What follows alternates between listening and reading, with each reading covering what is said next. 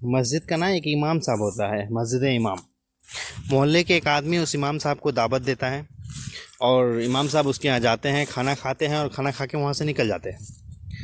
थोड़ी देर बाद उनका एक लड़का आता है, उनसे पूछता है कि बाबा इस सोफ़े पे पैसे रखे हुए थे, कहाँ गए? तो वो उनके बाबा कहते हैं मुझे मालूम नहीं कहाँ गए। तो वो पूछता है कि यहाँ पे कोई आया था क्या? तो उनके बाबा कहते हैं कि हाँ, अभी इमाम साहब आए थे, उनका खाना था, खाना खा के चले गए। तो वो लड़का कहता है कि ज़रूर पैसे मस्जिद इमाम ही चुराए हैं। तो उनके बाबा उनको डांटने लगते हैं, कहते हैं कि ऐसा नहीं हो सकता है, मस्जिद इमाम हम सब के रहबर हैं, ऐसे कैसे कर सकते हैं वो? और इस टाइप की हरकत वो कर ही नहीं सकते। वहाँ पे बात ख़त्म हो जाती है, बात बीत जाती है, ख़त्म हो जाती है।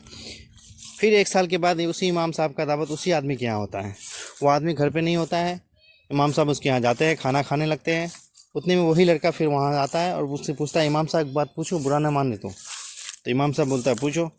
तो वो कहता है कि इमाम साहब पिछले साल आप जो खाना खाने के लिए आए थे हमारे यहाँ दावत, यहाँ पे कुछ पैसे पड़े हुए थे, आपने देखा था क्या?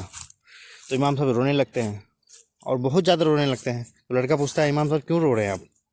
तो कहता है कि मैं इसलिए नहीं रो रहा हूँ कि तुमने मुझ पे इल्ज़ाम लगाया, मैं बस इसलिए रो रहा हूँ कि मैं पैसे यहाँ पे पड़े देखा था, मैं उस पैसे को उठा के तुम्हारे कुरान में लपेट के रख दिया था। अफसोस इस बात की है तो पिछले 1 साल से तुम उस कुरान को आज तक खोल के नहीं देखा, जबकि मैं सोचा कि कुरान तो रोज़ हर रोज़ लोग खोलता है, लेकिन तुमने आज तक उस कुरान को खोल करके नहीं देखा। तो इसी तरह भाइयों हम सब की हाल है, हम सारी मुसलमानों की हाल है।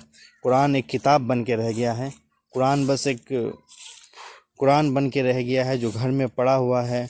सालों कई साल बीत जाते हैं, कुरान यूं ही पड़ा रह जाता है, लेकिन हम कुरान से दूर हो गए हैं। कुरान को